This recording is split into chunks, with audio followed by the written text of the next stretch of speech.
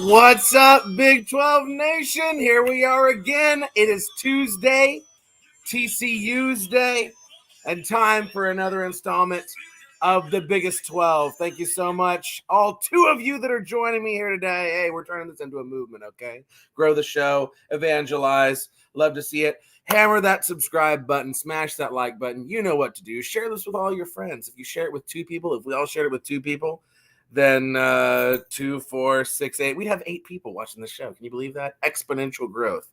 All right. What's up, Waffles? What's up, Timmy? Big 12 time. We're going to be talking about a little Kansas State today. And I'm joined by none other than Mountaineer Paul. You might listen to a show. If you don't, you should definitely check it out. Paul, how you doing, brother? Doing really good, man. We had the head honcho, as I call him, Rim Baker, on today, and that was a really good conversation.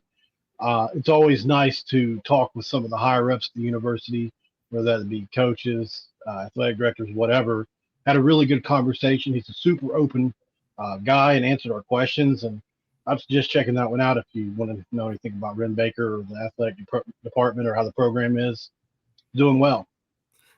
Well, very clearly, I think it's very easy to say that the Mountaineers have far exceeded virtually anyone's expectations so far this year. I mean, the season's still very young. I mean, Paul, what have your thoughts been so far? I mean, I'm a noted climb truster myself. So long as TC is not on the schedule, I do love me some Mountaineers football. I've never had a single bad interaction with a single Mountaineers fan. Love to see y'all succeed. And is the Neil Brown experiment finally working? I mean, what are your thoughts? Well, at least this quarter of the season it is. And, he is – listen, you hear the same excuse from a lot of coaches. COVID really created a year 0 for him instead of year 1. I think that's true in this case. Dana Holgorsen really left the cupboard bare. He was well known for bringing in JUCO guys and transfers way before it was cool at West Virginia. Talking about guys like Will Greer, David Seals, I can go on and on. And that really left it bare for Neil and those guys, and they had to build it. Now, we're not satisfied with the performance on the field the last 4 years. West Virginia is the winningest program that's never won a national championship. We played in national championship games. We won 3 New Year's 6 games, BCS games. So we feel like we look at ourselves, at least I can speak for myself. I think we are, if we're looked upon like a Wisconsin type program, I think that's where we like to be, into that 9 to 10 wins a year. I think we're capable of it with the right coach. We're in a region that can be advantageous in the Big 12. But yeah, Neil has done a great job these first 4 games. Obviously, he's called some really nice games because let's just be honest, our quarterback is young, our starter went out, and he's really had to go into the lab and really scheme this thing up for the run game. And what it's done is it created a brand of football that's allowed us to keep the ball away from opponents and play top 30 defense. And that's a success, or a recipe for success. And it has been. It's not going to get it done on the road at TCU, but we'll talk about that in a minute, I'm sure. Yes, we will. So, well, let's first talk about the week that was. And we do have, I see at least one other West Virginia fan in the chat already. Coos is here. We love our climb trusters here at the Biggest 12. Absolutely. So the week that was, and this is one that I think really, if you weren't already believing in West Virginia and what West Virginia's got going on this season, this definitely caught your attention. Beating Texas Tech last week. I mean, so you had the great showing against Penn State, which is no small task. I mean, by all rights, that was a 31-15 game. Not embarrassing by any stretch for West Virginia. You make Pitt eat it, which we always love to see. And then you get the win at Texas Tech last week in a game that I'm trying to get my notes up here to remember exactly. Do you remember what the line was in that game, Paul? 20-13, West Virginia. And if you're talking about stats, we did really well in that game. I think we held them under 300 total yards. Passing game really didn't get going until the fourth quarter.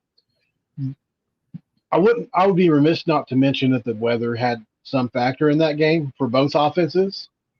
but it really worked in West Virginia's favor. You know, you got these guys that come from the desert heat to Morgantown to play in a cold, misty, rainy game.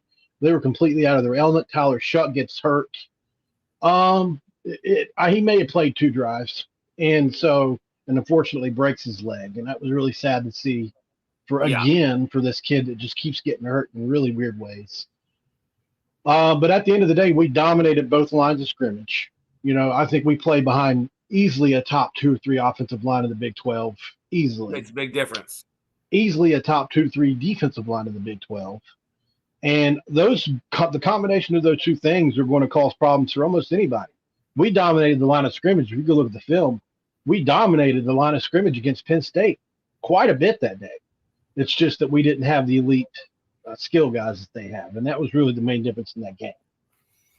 Yeah, great performance against Texas Tech. And Texas Tech, I mean, if you're a Red Raiders fan, boy, you are not feeling good about the state of that program right now. There was so much optimism.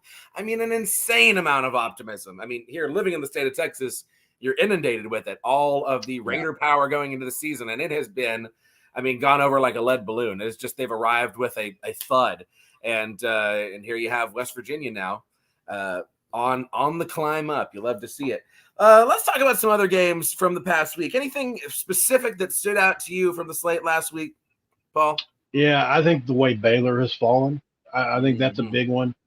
You know, Texas is good, you know, and nobody wants to say they're back. We all hate them. But, you know, at the end of the day, they're a legit football team this year.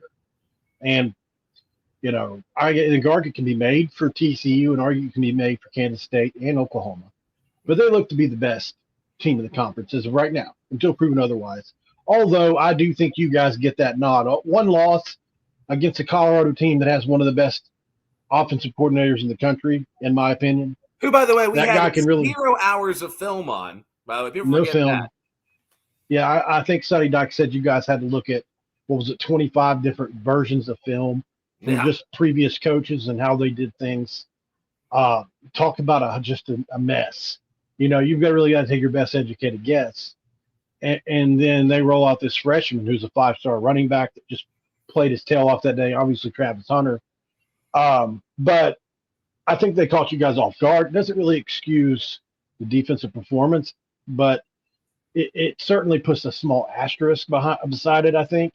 And you guys have proven, what have you guys allowed in the last 10 quarters? 2 touchdowns? So on offense, 2 touchdowns. Yes. Right. Because Houston's touchdown was a special teams. It was a kick return. Right. Yeah. And so SMU scored 17. So, yeah, I mean, defense has really turned it around. I've been very pleased with the defense these last 3 games.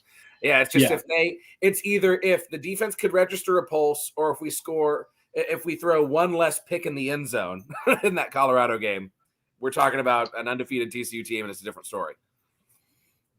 I have a question for you real quick. I wonder, as a TCU fan, you know, Chandler Morris won the job in camp last year, and I'm heard he performed really well to win that thing. Where do you think you guys end up if he keeps the job and doesn't get hurt against Colorado game 1? Where do you guys end up? Because he's probably not going to lose the job based off performance. He's a good player. Yeah. But I don't think he was going to be the heart and soul of your team like Duggan ended up being either. No. Have you thought about that any? Well, yes, definitely. I mean, Max was so special. He is so that typical college football player. Like, I compared him a lot to Tim Tebow in conversations with friends just because of his intangibles and his ability to just absolutely put a team on his shoulders and will it to victory, right? I mean, we had so many games. I mean, even the West Virginia game last year, we were dead to rights and very easily could have lost that game. Max just wills the team across the finish line. You can look at Baylor. You can look at Oklahoma State. You can look at the first game against Kansas State. Almost the second game against Kansas State. If the refs called Kendry Miller in. Sorry, Timmy, he was in. I'm here to tell you. All right, he crossed the goal line. But so many games, right, that Max just literally puts the team on his shoulders. And, I mean, we would have had a winning season with Chandler. We would have gone to a bowl game with Chandler. Chandler's a talented player, as you can see, but it's taken him several games to knock the rust off because he really hasn't played that much football since high school. Hasn't played a lot of football. Yeah, and so, you know, we we started slow in the transition between Chandler and Max. I mean, I don't know. I think we very easily. It's hard to play the what if game because who knows the type of player Chandler could end up being this season or would have been last season. But I'd have to think. I mean, if it weren't for Max against Oklahoma State, if it weren't for Max against Kansas State, Baylor, right? I mean, who's to say? I don't think we would have ended up in the national championship last year with Chandler. That's for sure. That was special, majorly special. And you look at him from an arm talent standpoint. I really like Chandler's arm talent, but he doesn't have the live arm that Duggan had. It's from a strength, an arm strength standpoint. But Chandler Morris throws from a bunch of different arm angles that Duggan doesn't throw from. They're so different. And I really love breaking those two guys down on film and just looking at the two different ways they played. But I think, Chandler Morris is going to turn into a really good player. He does worry me a little bit with his frame. I do think he could be hurt easily, similar to Garrett Green with us. I predicted before the season that I didn't think he would make it through the season, and unfortunately that's played right out. He's 200 pounds, 5'11". It's tough. Mm-hmm. Yeah, Max was definitely sturdier. But I think Chandler is, whereas Max has better straight line speed, Chandler's a lot more elusive. When Chandler runs with the ball, he'll make you miss a lot more. He can be a lot more slippery, whereas Max was, as Robert Griffin put it, closed fist running, just like barreling down the field. Yeah, he's got straight line speed for sure. Yeah, man, last year was such a special year. I'm always gonna hold last year special in my heart because, I mean, here's the thing about last year's team, and virtually every TCU fan who is older than the age of 20 agrees with me about this.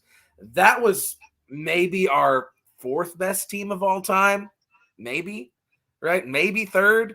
And that's not anywhere close to the best team we've had in the last 2 decades. And it's the team that made it to the national championship, which makes you so excited about the future, right? I mean, that team got a lot of lucky breaks, and it was magic, lightning in a bottle, and the Hypnotoad and all of that stuff, which is another reason why it wasn't our best team, but I think that was hands down our most fun season I've ever experienced. Because every week you went in having no clue what was going to happen. We went in with like bottom of the barrel expectations, most of us fans. It was like, hey, if we win 8 games, it's going to be the biggest boon celebration like we could imagine. And just to get to that game at the end, man, that was a lifelong dream as a fan. I'd always, as a kid, growing up a TCU fan, man, if I could just watch my team play for a national championship. I did it. And then nothing happened. Nothing happened after that, right? The season just ended. We were at the national championship, and that was it. You didn't get rich or anything like that? Oh, no, I didn't bet. Money just didn't enter your bank account, nothing special. No. They just played, and the game was over. That was it. Yes, exactly. Yeah. Yeah. So let's talk about a couple other games from last week, and then I do have a question I want to pick your brain about before we get into previewing the next week and previewing the TCU game. So we should mention the TCU SMU game. I was very pleased with the result of that game, especially with the final score, 34-17. Love sending the Ponies out with an L. I have been one who's been really lamenting the loss of this game. I think it is indicative of the loss of regionality of college football. I mean, we were talking about last week, Paul, in the show, how I hate it that the backyard brawl isn't an every year game anymore. That is what makes college football special. These games where people from the schools, you work with people from the schools, there's bragging rights on the line, it's a quick drive either way. I've been really lamenting the loss of the Iron Skillet game, but we win this game and dropped in the polls. We lost votes as a result of playing in this game, which is really every TCU fan who's arguing for us to stop the series. That's been the argument of we gain absolutely nothing if we win, and we lose everything if we lose. And we're always their Super Bowl. They're always giving us their best game. Right. And after that, it's hard to disagree with them. I mean, what would you think if that was the situation with Pitt? Well, we actually have a similar situation with Marshall. Sure. Yeah, perfect. With Marshall. And we played them 12 times. No, not the same history. We're 12-0 against them all time in football. We beat their Chad Pennington, Randy Moss team. They came up with Chad Pennington and Randy Moss and played against Mark Bolger. And lost that game. They have and we've missed a couple of their best teams. They had that team that won 11 games a couple of years ago that we missed. And they've got a great history. They were actually, them and Florida tied for being the winningest team of the 90s. in wins. So they won a lot of games. They won a couple of national championships at the D2 level, but nowhere near the history of the Iron Skill. That's 106 years. Yeah. You're not going to top that. But I mean, if you want to talk about just the regionality portion of that conversation, we talked to Ren Baker about that today, because we have out the thumb. You know how you probably think in thumbnails, like I think in thumbnails as a content creator. Yeah.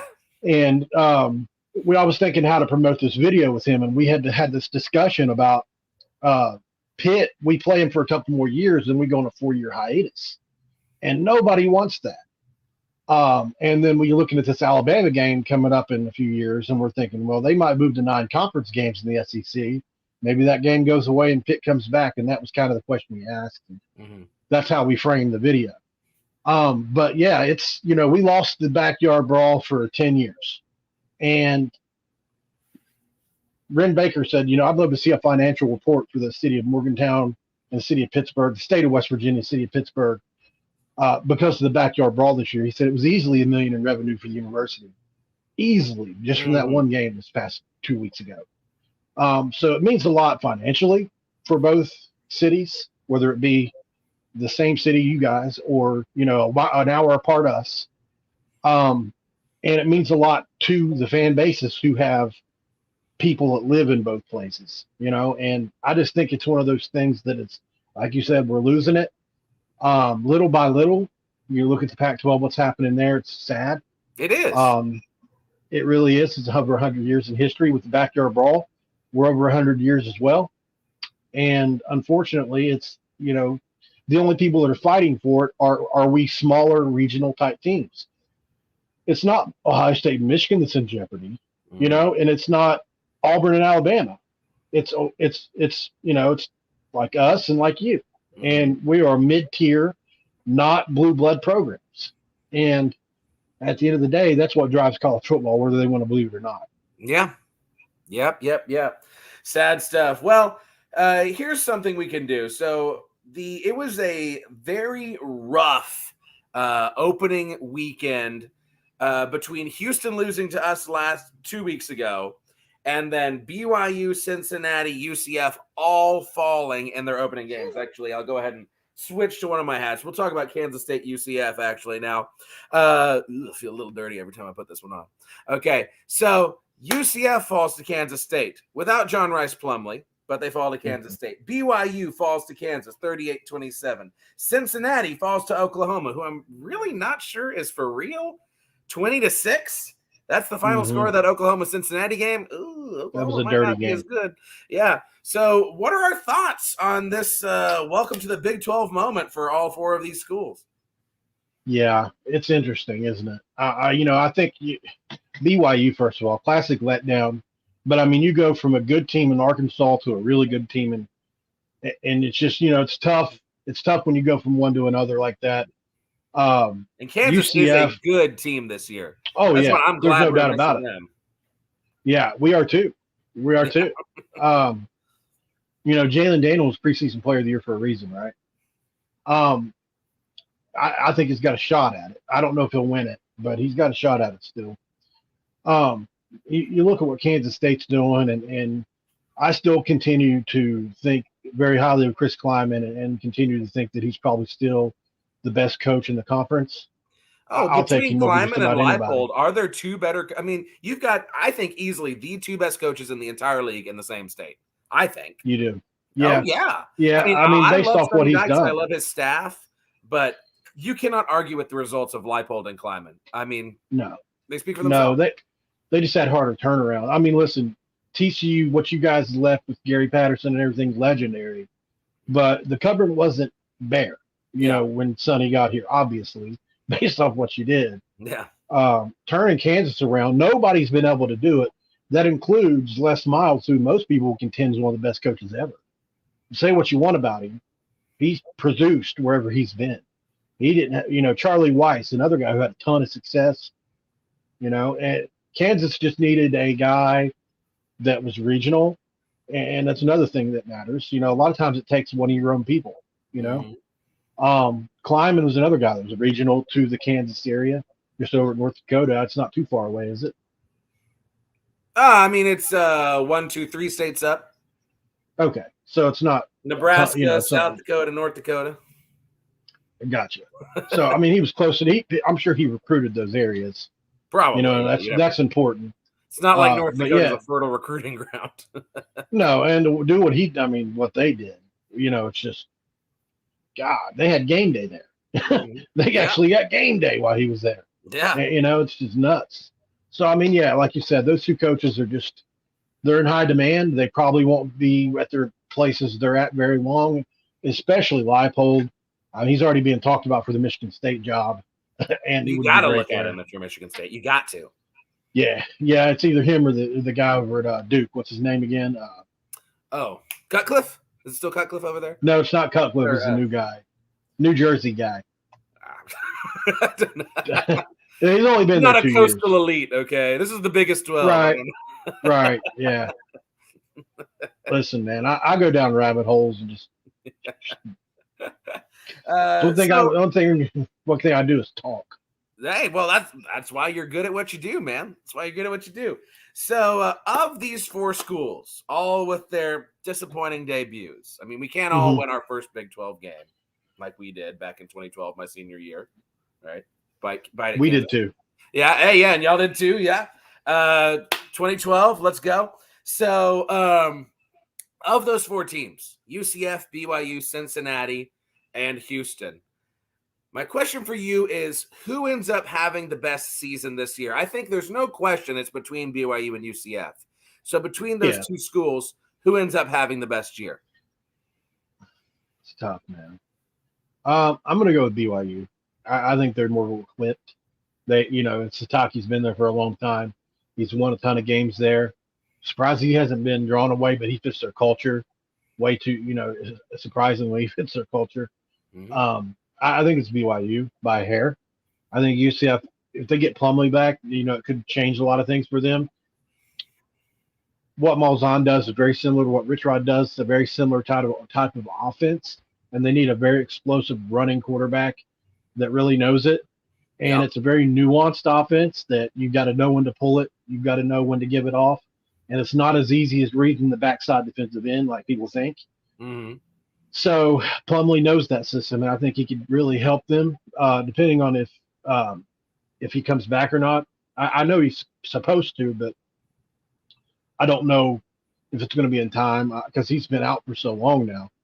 And I'm not completely dialed into what they got going on there day to day either. So yeah. But I think BYU is more equipped just overall with what they have going on. They play such good defense.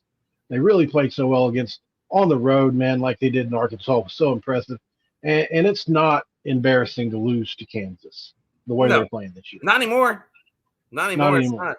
Yeah, so I tend to agree with you. I think that BYU is well equipped, but I do want to key in on something on UCF actually, and I'll put on my Disney ears for this one. If there's any UCF fans out there, this will really upset them. Okay, so UCF. I mean, I was thinking like you, Paul. I was like, hey, it's John Rice Plumlee. He's the ex to get John Rice Plumlee back. We're talking about a difference maker. I was shocked when I actually looked up the stats, and McLean, who's been playing for John Rice Plumlee, he's got almost identical, if not slightly better stats than John Rice Plumlee does. This was very surprising to me because admittedly, I haven't watched all that much UCF this year. I'm sorry to say. I didn't get to catch very much of the Kansas State game, but they're both. So Plumlee's got 70% completion. McLean is 64.9. McLean has passed for 638 yards to Plumlee's 553.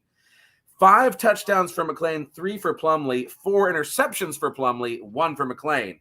And McLean's been sacked more times, but that's not always exactly their fault. So really comparable stats there. So I mean, I feel like if you're a UCF fan, you've still got everything in front of you. I mean, Kansas State's a good team. Sure. You can't hate yourself for losing that one. But and here, like Tim said, they're in a fertile recruiting ground. UCF long-term could be a problem in the Big 12. And they could have a good season this year, I think, too. I could see a world where they finish 5th or 6th. I could see a world where they finish 5th or even 4th in this conference because you're looking at – okay, here's the state of the conference as far as I see it. Unfortunately, Texas is number 1 right now. Texas unless they have a monumental Oh collapse, yeah, which we will wish all the evil things their direction. bad juju. Yes, they should be that first team in Arlington. Other teams who could see them in Arlington, I could see Kansas State, or us right now. We'll see if West Virginia can keep this train moving. Oklahoma, Boy, this weekend will tell us real. all about that. Huh? Well, I said this weekend will tell us all about what West Yes, Virginia absolutely it will. Absolutely it will. Oklahoma, I don't think is for real. So I could see a world where UCF finishes 5th. Absolutely. Interesting. Yeah, but it's between UCF and BYU. I think as to who has the best season between the two of them. So let me. Oh yes, we got to talk about El Assico Part 2. The most likely race for the bottom now between Houston, Oklahoma State, and these boys. Baylor. What about Baylor? Oh, Baylor too. Yeah, you're right. Baylor too. My Lord. Yeah. Oh my gosh, man. We got some good teams. We got some bad teams. This is the worst it's been. Yeah, it really Thankfully, is. we got that deal done, baby. Yeah, yeah, got that media deal. Hey, there we go. Oh man, alive. But okay. Iowa State, so yes, Baylor is in a world of hurt. Texas Tech is in a world of hurt. Houston's in a world of hurt. I think we were talking last week about Dana Holgorsen probably has the hottest seat. Oh my God. We're talking West Virginia today. What are your thoughts on the Dana Holgorsen situation in Houston? I thought you were about to ask me who was going to have the worst season of the 4, and I was going to jump all over Houston. Yeah. Yeah. I don't hate Dana. I don't hate him. I hate how he left. I hate how he talks about us since he left. He said nobody could ever win there. You can't recruit there. We've shown that. Come on, man. The success that we've had historically, you can't really argue against. Like maybe you couldn't. He didn't fit. And so it's not our fault that you didn't fit. It just wasn't a fit. It happens. You had success. You won an Orange Bowl there. But, at the end of the day, I think he learned some hard lessons at West Virginia about how to build a roster and not through so many transfers in that day and age before now. And so he went to Houston and had some good years. Dana's a guy that's always going to have elite skill talent. He's always going to have it. He's really good at identifying what he needs for that offense. But the ramifications on the defense that it has, when you run 80, 90 plays, even with what they've done with the clock, he's still doing that. I just don't ever think it's sustainable, and unfortunately what they've done, and, they lost Clayton Tune last year. And, the Texas Tech kid that transferred in there, I just don't know. I've watched a couple of their games, and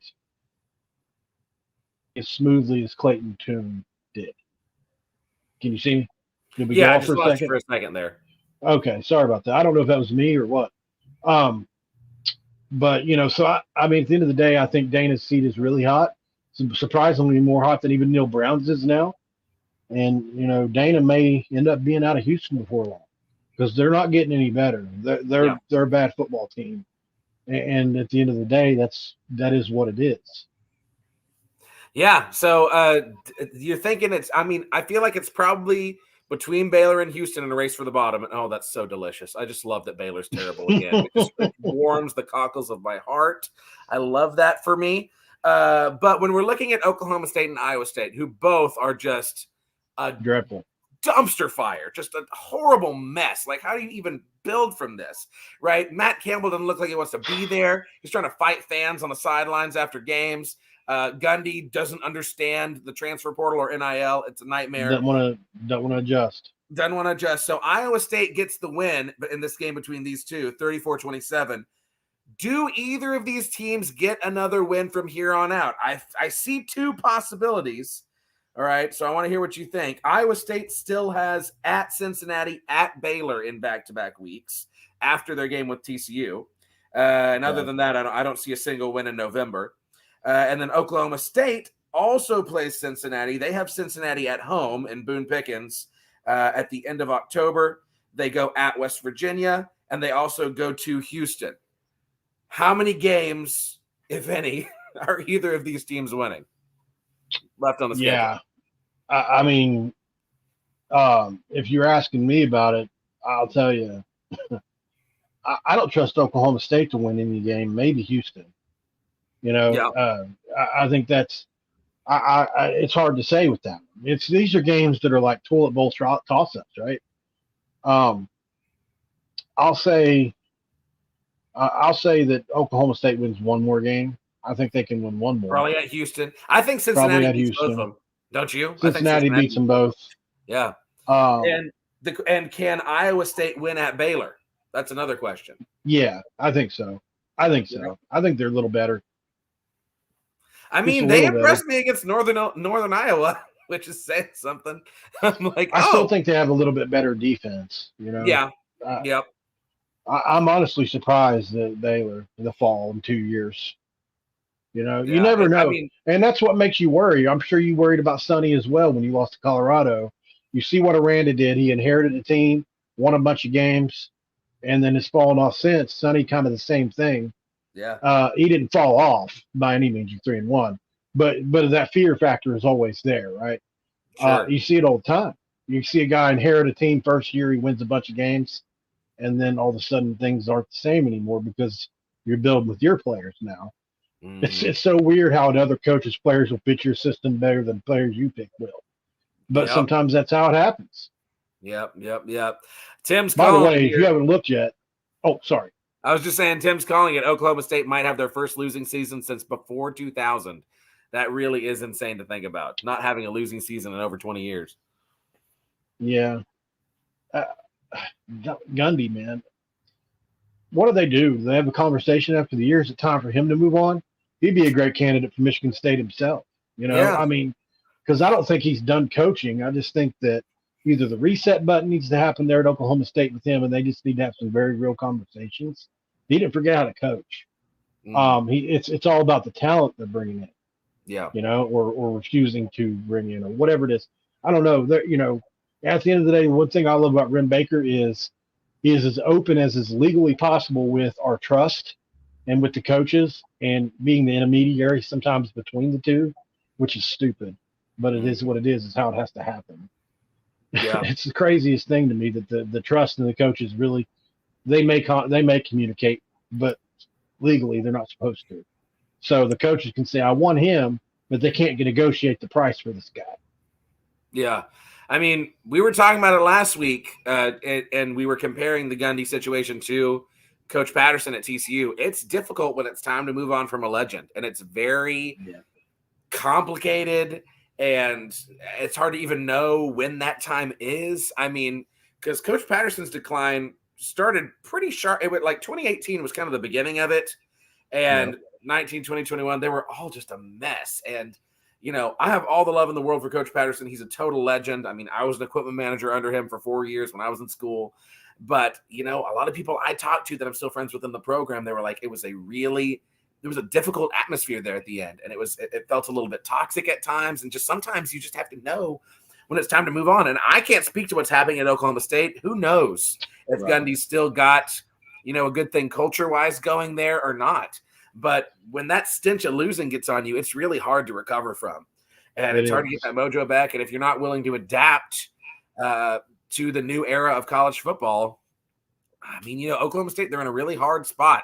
Really, really hard spot. I do think there's going to have to be, if Oklahoma State does end up having their first losing season since apparently 2005, thank you, Jackson, then you're going to have a difficult conversation at the end of the season, at least, of like, okay, where do we go from here? Like, either we've got to have some serious come to Jesus changes being made, or maybe it's time to move on.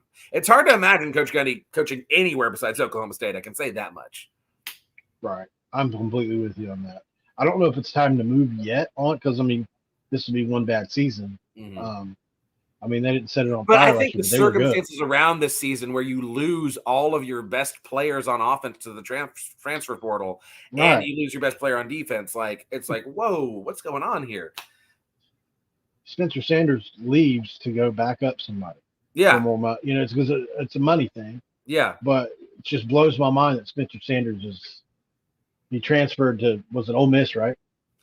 I think it was, I can't even remember. I'm pretty sure it was Ole Miss, and he's backing up Jackson Dart, you know, and, you know, maybe you thought you had a chance to win that job or whatever, but Lordy mercy, you know? Yeah. Crazy. You're right, man. Okay, so let's look forward to next week. I got the Iowa State hat on, so we'll talk about their game. They are 20-point underdogs at Oklahoma. Woo! Yeah. I mean, think Oklahoma wins that game. The question is, do they cover? Yeah, I think they do. Yeah. I think they do. Oklahoma's played incredible defense. Yes. And Venables is probably top 3 out there calling it. So I think their defense is going to continue to. You see what Cincinnati did last week. They were only able to muster, 6 points. Mm-hmm. So I don't think that much is going to be different this week. I mean, you could probably make a case that Iowa State's even more anemic, although I am a big fan of Rocco Becht, obviously West Virginia University legend Anthony Becht, that are tied in. That's his boy. So I've been pulling from the sidelines, but I don't, I just think they're going to be too much. Now, could their defense play a game and it could be like another 20-6 game? Sure, that could happen. But I just think, if we're talking points too, not just straight up win, I'll take Oklahoma's points on that. I think the 20 is a big number.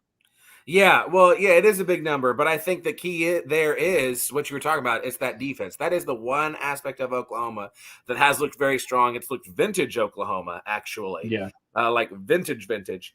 So I think if they do cover the spread, and I do believe they will, it's going to be like a 24-3 game. It's going to be like 28-10, something like that. It'll still be relatively low scoring by Big 12 standards, but just completely shutting down Iowa State.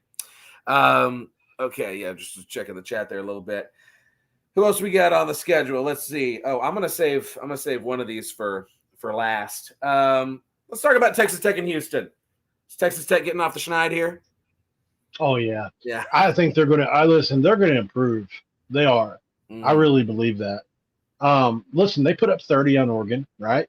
Yeah, and they won that game, man. That would be driving me crazy if I was a Tech fan. Yeah, and you see how they performed against the offense you saw up close and personal Colorado. Oregon can play defense as well. Texas Tech can play offense. It's just that the combination of the elements, the cold, and our defense is good, all really just grinded Texas Tech out. I think they had 14 3-and-outs on that, So, I mean, you're never going to win a game like that. You're just not. So, but I do think, in my opinion, I'm a bigger fan. I've just never been a big Chuck guy. Mm-hmm. And so I really think Baron Morton is going to live up to that high 4-star billing. And with a week of preparation, he's a good player. Look for him to have a 300+ yard day. All right. Yay. That's a good call there, Paul. I mean, yes, we talked about it. Houston is a mess. Houston, their offense, I mean, the one thing that you would trust to be good under Dana Holgorsen is absolutely a nightmare. And Tech is at home. Lubbock is a tough place to play. We all know that. It's a lot like Morgantown. There's wild things that go down out there. Except for instead of burning couches, they're tossing tortillas and batteries at you. I think I'll take the couches. By the way, Paul, I don't know if I've ever told you this story. But one time I've been to Morgantown was my senior year with the team in 2012, which was an amazing game that is not remembered enough, I don't think. I mean, maybe in West Virginia, you're like, yeah, we should forget that. But it was a very fun game. And I'll never forget at the beginning of that game, there was like an announcement that came over the scoreboard about, hey, like, let's behave well. Like, let's be good fans. Please refrain from burning furniture in the parking lot. And I was like, they actually talk about it. They actually do it. Like, I was like, this is amazing. That's hilarious, man. Yeah. It was one of those, like sportsmanship, PSA type things. Please refrain from burning furniture. That's pretty funny. I got to say. I don't know if you ever interact with Joey Foster at all. Talk to him all the time. Yeah, Joey, recently when I was talking to him, is like, oh, yeah, I got an old couch in the back. I'm just keeping it just for a rainy day, like for whenever we get that next big win. He's something else, man. He's something else. Let's circle back around to two of these new folks. Jackson brought it up. Cincinnati, BYU. This was pretty juicy. It's at BYU. Cincinnati is favored by 1.5. That was a surprise to me that Vegas is going that way. How do you see this one going, Paul? Friday night game. Friday night game. Emory Jones has not been exactly what I think a lot of people thought coming in from Florida. They've got the kid Montgomery in the backfield. that it's been really played well for them on offense. Transfer from LSU for Cincinnati. Henderson, the leading receiver, I believe. You look over on the BYU side, a familiar name from West Virginia fans at quarterback. I just can't believe that Keaton Slovis is playing against West Virginia again this year. But here he is playing in this game. Get him He out of really here. played well. He played well last week, over 350 yards. I think he had 2 touchdowns. And they are pretty explosive on offense. The kid Roberts, a wide receiver, which is like a Wes Welker, Wayne Corbett kind of player. Really like him. And then the kid Martin, running back, is a stud for them. I really like him too. I think BYU wins this game. Cincinnati just too anemic on offense. BYU too good on defense, and also too explosive on offense. It's a really good system for Keaton Slovis, and I would be surprised if he doesn't throw for 250-ish plus. It's going to be Cincinnati plays really good defense. That's one thing they do. And unfortunately, their offense just isn't there yet. But if you let them control the line of scrimmage, that Montgomery kid can really, really play well. Yeah, you took the words right out of my mouth. I think it's BYU's game to lose, even though they're the dogs at home, which is stunning to me. I don't know where that line is coming from. Tim's right. Provo's a tough place to play, not for the same reasons that Lubbock and Morgantown is, but it's a wild crowd. They're into the game, and also Provo's just this very weird, like, out-of-body experience. Like, where am I actually? I'm, like, surrounded by mountains, and it's weirdly the 1950s, and they're handing me like Mormon brand shaving cream in the locker room and like telling me to read the Book of Mormon. It's a wild place to play.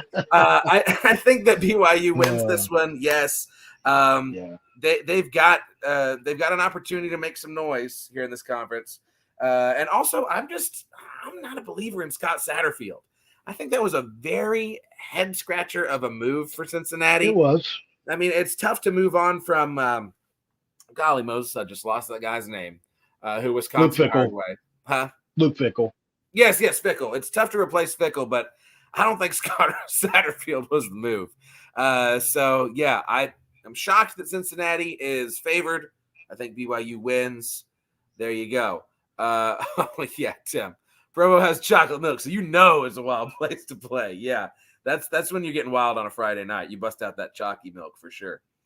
All right. Other games, Baylor at UCF in the bounce house.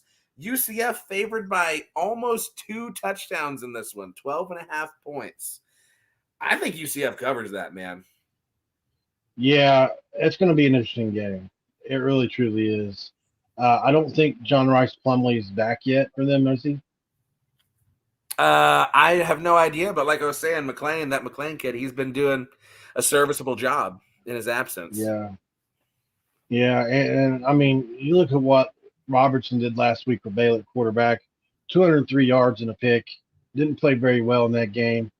Martinez is good at running back. They've also got Reese for Baylor, and then Monterey Baldwin at wide receiver for them. I like him a lot. I'm surprised they haven't been able to get Monterey Baldwin the ball more, but at the end of the day, this is just they're outmatched, and I never thought I would have said that in UCF's first year. But I follow UCF recruiting only because they are close to us.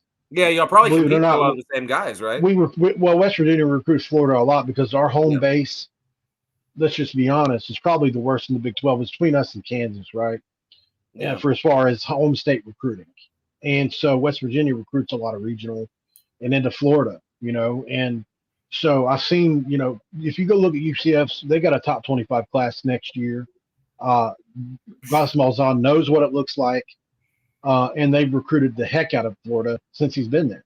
So they're the one new team that already had a Big 12 roster coming into this year.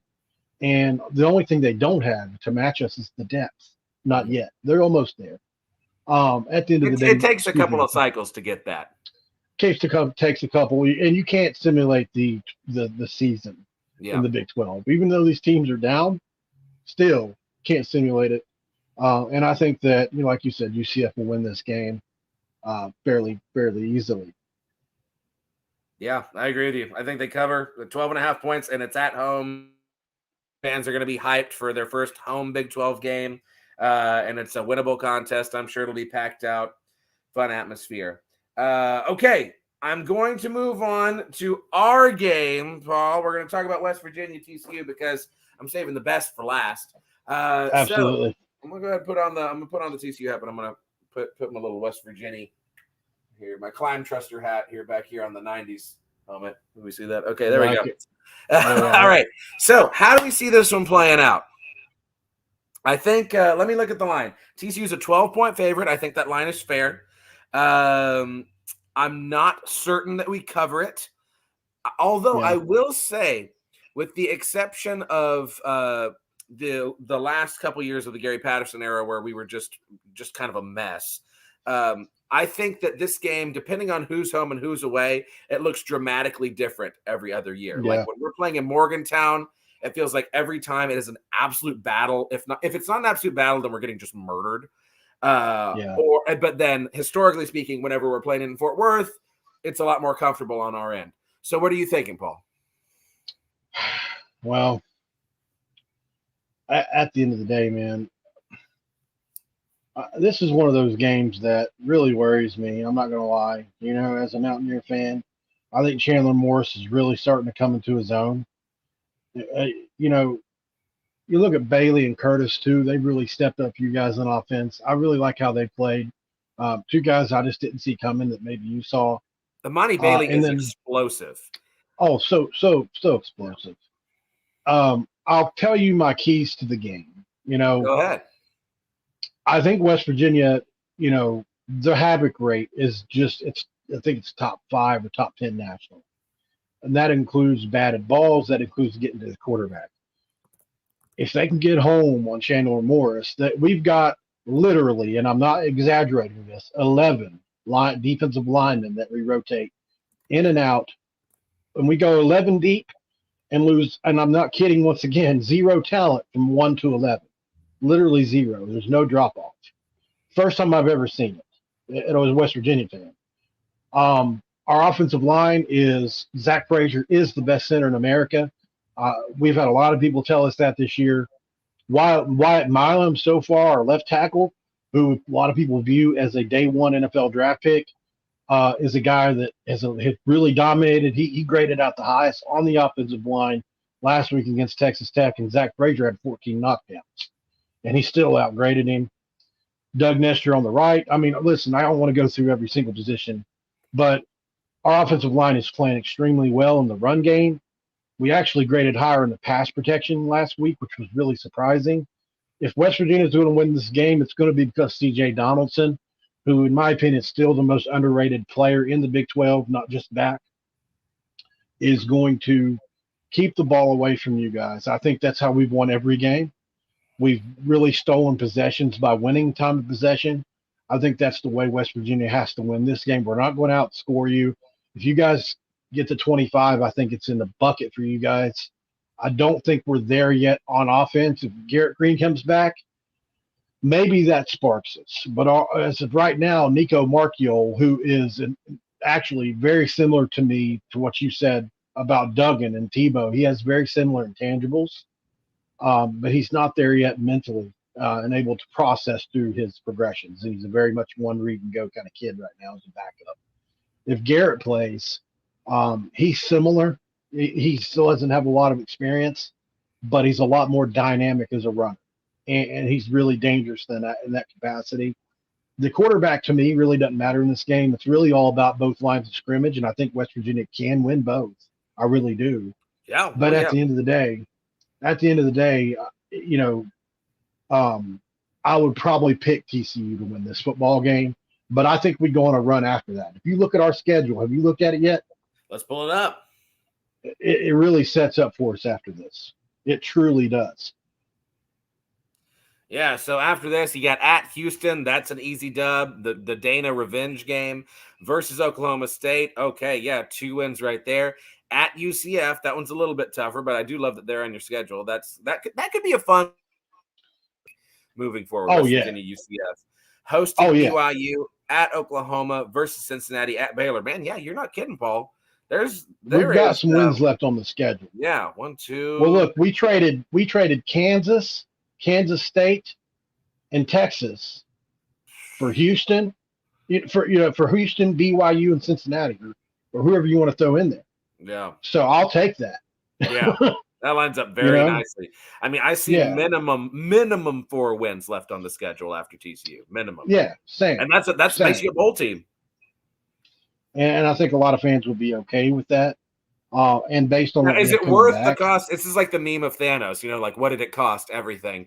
Is this worth the cost of keeping Neil Brown around? I think. Listen, I wouldn't. And listen, I was on the fire Neil Brown train last year. I made several videos about it. He's really done a heck of a coaching job this year. Yeah, he really, really has. You can't argue with the results. I think he could all turn around on him easily inside of 2 games again. Depends on how the team performs. But he's done well up until now. He's at least at a B+. So I think if he can maintain, we have to win at least 7. I think for people to be happy. That's just my opinion. I think 7, and that includes with the bowl game ahead, possibly 8 if you include a bowl game, for him to keep that job. I think personally, because there's a lot of people that really want to see Tony Gibson, who was a former defensive coordinator at West Virginia, who's now at NC State. A lot of people want Rich Rod back. A lot of people do, believe it or not. And he's winning games right now. So, and at the end of the day, I think you guys you got more experience. You've got a little more talent on this, especially at the skill position. Even though you haven't played the greatest competition the last 10 quarters, your defense is playing well and has confidence. And you got to give the nod to Sonny Dykes, who coached Neil Brown when he was at Kentucky. And they're really good friends. And Sonny had a lot of nice things to say about Neil Brown in a couple of press conferences that I watched this week. And I think the master gives the young whippersnapper a little bit of a lesson in this game. But I would not be surprised if we won this football game. I would not be surprised. Yeah. So, and that was excellent analysis, by the way, Paul. You're good at what you do. I do think that you hit on a very key point there. If West Virginia is going to make this game interesting, it's going to be on the back of that solid offensive line because, like you're saying, our defense has improved. We're looking better, albeit against not as great competition. Now, I do think SMU could be an 8-win team. I think SMU is a lot better than people are giving them credit this year. That's a lot of talent on that roster. But our biggest weakness up until the last couple of weeks, I think Houston, we started to look better at it, was our pass rush. Our defensive line has taken a while to find its footing. So if we're not going to bring pressure from our linebackers, and if Virginia's offensive line can control the line of scrimmage and keep the ball away from us, that could be a very interesting game. You're absolutely right. So they've done it against everybody so far. Huh? Sorry, I wasn't trying to cut you off. No, go ahead. I said they've done it. They've done it against everybody so far. I mean, even Penn State, they controlled on the line of scrimmage on offense. It's just that we didn't put enough in the end zone to win that game. Yeah, I see this game. I see this as a TCU win. I don't think we cover.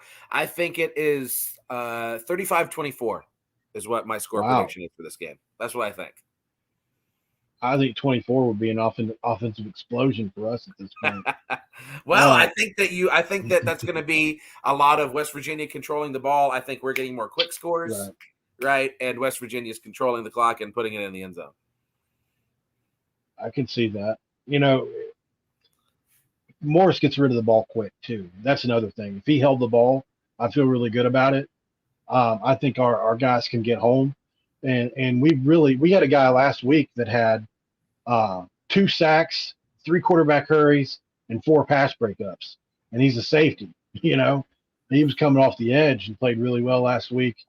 I'll be interested to see if they implement that again this week. But we're probably going to have to. You guys played well on the offensive line, too. That's not to be forgotten. Yep. Yeah, that's been good for us. All right, let's bring it home with the game of the week. I mean, honestly, TCU West Virginia is probably the game of the week. But the reason that I named this episode what I did, because we are all Jayhawks this week, baby. All right, Kansas, Texas Moriarty, going into Austin. Can the Jayhawks do the most hilarious thing possible and start to derail this Texas train? Oh, I want it to happen so bad. 2 years in a row? 2 years in a row, huh? Hey, it could happen. Kansas I'm just pointing out that it happened last year because it's still funny this year. Yeah. You know what I mean? Number 3 versus number 24.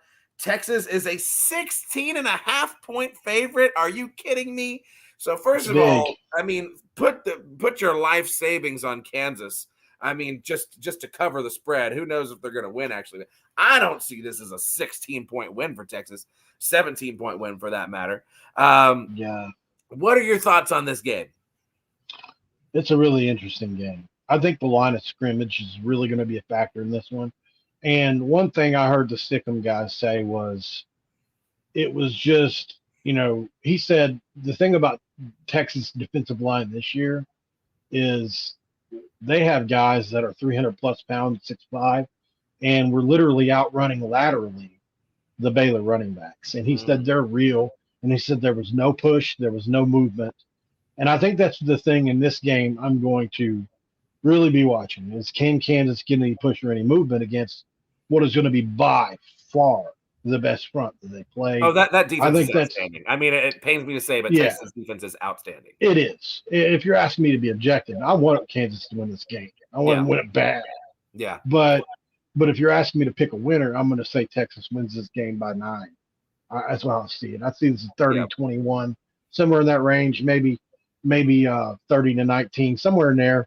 I don't see Kansas getting a whole lot going on this one. I just think Texas is too athletic on defense, unfortunately. It doesn't mean they're not a great team. Don't mean they won't win 9 or 10 games. I think they might. Unfortunately. Now, Quinn Ewers is my big question mark with Texas. I don't fully believe in him. I really don't. You and me both. But they've got so much talent elsewhere. It's just ridiculous. And Sarkisian's done a good job there. I'm not the biggest Sarkisian hater. But I think he does a good job with the way he's not a fiery coach. He's just unless big you're trying brain. to keep him from coming out of the tunnel at the Alamo Bowl, then he gets pretty fiery. I forgot about that. Don't touch me. Don't touch me. Yeah, it's like, geez, dude. How much, like how MLB guys have certain rituals they have to do? Is that what it was? Where they interrupted his ritual or something? It's crazy. You should have done a video. Did you do a video on that? No, I should have. Oh my God, dude! I could see you coming out of the tunnel. Sarkisian, just going around in his life, just totally normal, and then just flipping his lid on about something like, "I asked for no ranch. Why is there ranch dressing on this salad?" Do you ever seen the Ranch King? The guy that does the Ranch King on YouTube? No, I don't think I have. Okay. I'll have to look for it. But okay. So yes, Quinn Ewers. Back to your point. He can throw a good deep ball. I don't think he's very accurate. And if you can get any kind of pressure on him, this is the key, right? If you can get any kind of pressure on him, he still loses his mind, doesn't know what he's doing. So that's a big question mark, I think. And I don't know. I haven't watched enough Kansas football to be able to. Does he look like a quarterback? Oh, does he was up there for a second. Does he even look like a quarterback? Hey, so he looks like West Virginia's mascot right there. Yeah. Like when I first saw him, I'm like, fade. Have you not seen that? He has the fade now. Yeah, he did change it. I like that picture better. But yeah, so the question is Kansas the type of team that can get any sort of pressure from their front seven on passing downs for Texas? I don't know. They've definitely been a little susceptible. Illinois was able to, they did some nice things against them, and Illinois really got hammered by Penn State. Mm-hmm. I don't know. I think, Kansas has some really good athletes on that defense at corner, especially. They've really recruited well there. I just worry about the line of scrimmage, man, on both sides for them. And they've got a linebacker that's really athletic too. I'm having trouble remembering names at this moment, but it's hard to remember every team in the league, But the one saving grace in this game, and this is something I don't think anyone's talking about, is it is the week before Red River. All right. So is Texas looking ahead to that Oklahoma game? Are they thinking about that Oklahoma game? And dare they look past a ranked Kansas team that beat them last year? That could be our greatest hope in all of this. It could be the hope. What do you think? I don't think that he's going to let them. But I mean, kids will be kids. Yeah, well, that's the thing. That's why You we can play the coach them games, not right, to. Paul? That's why we play the Right. games. I I have mean, no doubt Sarkeesian's coaching them not to look ahead. Don't mean yeah, they won't. yeah. Yeah, I don't know. I mean, I like the heart says believe in the Kansas Magic. Believe in it because Lord knows we do not want if there's two teams, I mean, we should all be united on this as Big 12 strong. If there's two teams that we just do not want in Arlington one last time, don't even give them an opportunity to win. It's Oklahoma and Texas. I mean, if they could both lose every single game, I mean, I want Texas to lose every game every year. I'm a certified hater. I wear it proudly. But this year especially, like keep them out of Arlington, and a loss to Kansas is the first step in that magical recipe. But I don't know. I'm with you. I think Texas does win. I think Kansas covers. Yeah, I'm seeing this as like a 1 or 2 score. Yeah, maybe they win by 9, maybe they win by 8, something like that. 31 to let's get weird with it. 31 to 25. Right? There you Something go. like that. Yeah. Yeah, Something weird. it's a good pick. I like the score prediction. But faith in Definitely. y'all. Come on, birdies. Make it happen. Make it happen. Yeah. Put on those walking boots and walk on down to Austin. All right, Paul, please Absolutely. plug your channel, man. Please tell the people where to find you if they don't already know. Absolutely. Mountaineer Paul Talks Football over on YouTube. At Paul Mountaineer, just reversed if you want me on X. I guess that's what we call it now. And then Hoops from the Hills, basketball channel we have. Coos, as you know. We have a basketball channel where we cover basketball only, and we do that as well. Hoops from the Hills. I love it. I was hoping Kuz would jump in here. I DM'd him right after the show started, but must not have checked his DMs. But thank you so much for joining us, Paul. Hey, y'all, thanks for hanging out with us. We got a good little. We were in the double digits there for a while, so that was fun. Always love having y'all in the biggest 12. We're trying to grow this show, trying to make a movement happen here. So please You'll subscribe. Please check out my channel if for some reason you don't. Subscribe to my channel. Right now, it's mostly TCU fan stuff. That's all I really have time for during the school year and with the fall. There's a lot going on, but I'm trying my best to work in as many references to other Big 12 schools as I can in those videos. It'll be fun to bust out the West Virginia character again. I always love doing him. And so check that out. Subscribe to Paul. Follow him on Twitter. He's a great follow. And I guess go everybody but Texas and Oklahoma. And we will see you all next week. Okay. We're not against rappers, but we are against those thugs. See y'all. Go Big 12. Thank you, Paul. Everyone have a great week.